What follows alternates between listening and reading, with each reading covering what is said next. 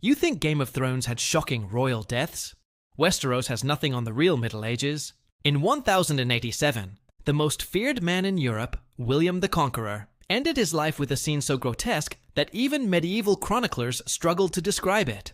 The Duke who seized England with fire and steel, the king who built an empire from Normandy to the Scottish border, died in a way so humiliating that his own funeral became a public horror show, complete with a coffin that literally burst open. William's story begins decades earlier in Normandy. Born around 1028, the illegitimate son of Duke Robert I and a tanner's daughter, he spent childhood fighting off nobles who mocked him as William the Bastard. That early struggle forged a man of ruthless focus. By his 20s, he had crushed rival claimants, married the powerful Matilda of Flanders, and turned Normandy into one of the most disciplined duchies in Europe. Then came 1066, claiming that England's throne was promised to him. William gathered an army of knights and archers, crossed the Channel, and defeated Harold Godwinson at the Battle of Hastings. The victory changed Europe forever. Castles rose across England. French replaced Old English at court, and William cemented his place as William the Conqueror, a name that still echoes almost 1,000 years later. But behind the legend was a man of flesh and flaw. Chroniclers describe William as immensely strong, with a booming voice and a temper to match, but also prone to overindulgence. By his 50s, he had grown massively overweight, his belly straining the mail of his armor. He was proud of his power and quick to anger, a combination that would shape both his reign and his death. The fatal chain of events began in the summer of 1087. While leading a campaign in northern France, William's horse stumbled while stepping over a low wall during a raid near Montes. The heavy saddle horn drove into his abdomen, causing what doctors today suspect was a ruptured intestine. At first, the injury seemed minor. He was carried to the priory of Saint-Gervais outside Rouen for treatment. But infection quickly set in. Medieval medicine offered little beyond prayers and poultices. As the wound festered, his great frame began to swell. Witnesses recorded the smell long before death came.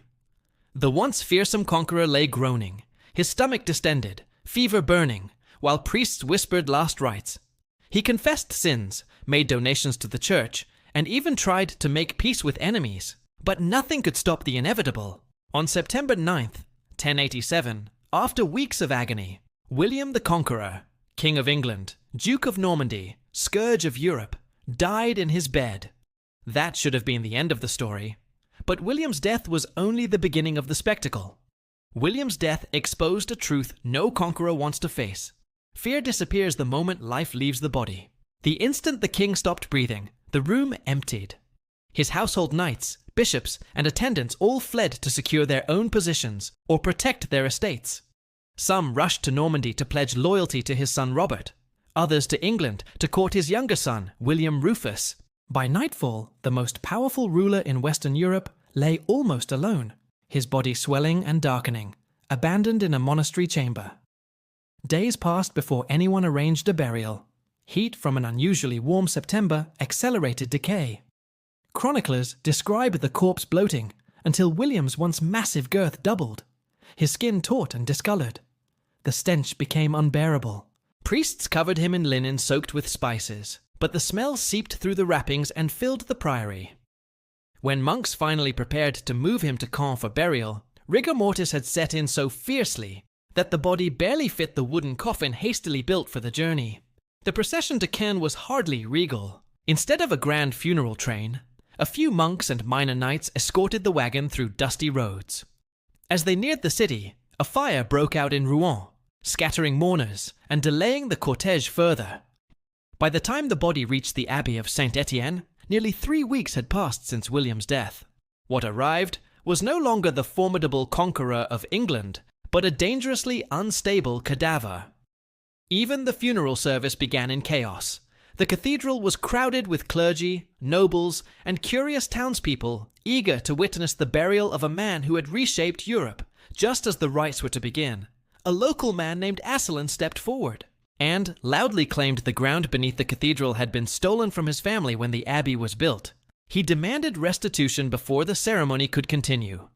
The bishop halted the mass while officials hastily negotiated payment to quiet the protest. Only after gold was promised did the service resume, an omen of the indignities still to come. When monks attempted to lower the king's body into the stone tomb prepared years earlier, they discovered a final insult. The coffin was too small.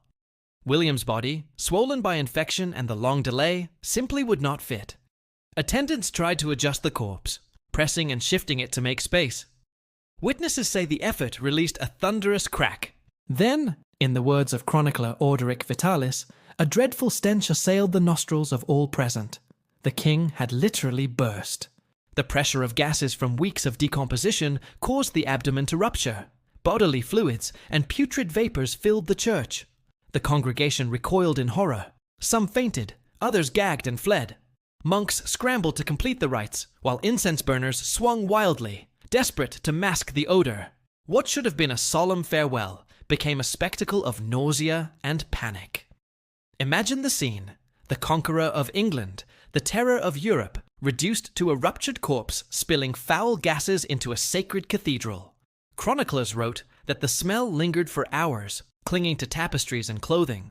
Priests rushed through the final prayers, eager to seal the tomb and escape the reeking sanctuary. The contrast with William's life could not have been sharper. He had ruled with iron discipline, reorganized governments, and terrified enemies from the Channel to the Pyrenees. Yet in death he was helpless, his remains mocked by chance and chemistry. No sword or fortress could shield him from the basic fact of decay. The cathedral at Caen never forgot that day. Chronicler Orderic Vitalis wrote that the stench of corruption filled the church and struck horror into all who were present. Other witnesses said the incense burned so thick it turned the air to smoke. Yet nothing could mask the odor of a monarch undone by his own body. For the clergy and nobles packed inside, it was impossible not to see the moment as a sign. Even the mightiest conqueror rots like any other man. After the rushed prayers and sealing of the stone coffin, the abbey returned to uneasy quiet. But the gossip spread quickly across Normandy and England. Pilgrims and merchants carried tales of the king, who had burst like an overripe fruit. In a Europe where rulers claimed divine sanction, William's fate read like a caution from heaven. Sermons soon used it as a moral. Pride goes before destruction, and even the most feared warrior cannot escape decay. His sons, already maneuvering for power, treated the event with cold practicality. Robert inherited Normandy, William Rufus took England. Neither wanted to dwell on their father's grotesque end. Yet the image of the great king's body bursting at the climax of his funeral haunted them, and their chroniclers for decades. English monks described it as proof that God punished those who shed blood without mercy. Norman writers saw a reminder that empire cannot outlast mortality. Centuries later, when French revolutionaries ransacked the abbey in 1793, they opened the ancient tomb. All that remained of William was a single thigh bone. The rest had been scattered or lost to time. The conqueror who once commanded armies across 2 kingdoms had dwindled to a lone fragment of bone and a lingering legend. That legend persists because William's life and death form a perfect historical arc. In life he was unstoppable, the illegitimate boy who seized a duchy, crossed the Channel, and changed the English language and government forever. He commissioned the Domesday Book, a survey so thorough that modern historians still rely on it. He raised castles that stand to this day and reshaped the aristocracy of an entire nation. Few medieval rulers left a larger political footprint, yet his final act was pure humiliation. The man who imposed order on England could not impose order on his own burial. No rival army defeated him. Chemistry and time did. Writers from the 12th century onward seized on that irony. Monastic chronicles framed the bursting coffin as a divine rebuke for William's brutal methods in England, especially the harrying of the north when his forces burned villages and starved thousands after a rebellion.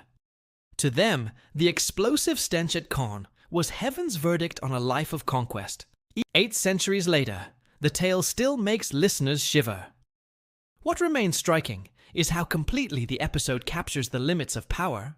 William ruled England with a mailed fist, built a dynasty, and bent 2 nations to his will. But in death, he was a man like any other, vulnerable to infection, decomposition, and the simple miscalculation of a carpenter who built a coffin a little too small. His funeral reminds us that no amount of castles or titles can change the fact that every body breaks down. Picture it one last time. The vaulted stone of a Norman cathedral, candles flickering in the autumn light. Bishops chanting prayers as the air turns acrid. A sudden crack, a hiss of escaping gas, and the Conqueror of England reduced to a smell so foul that the congregation scatters. That is the final image of William the Conqueror, not the warrior at Hastings, or the stern king of the Domesday Book, but a cautionary lesson about the fate that awaits even the greatest of rulers.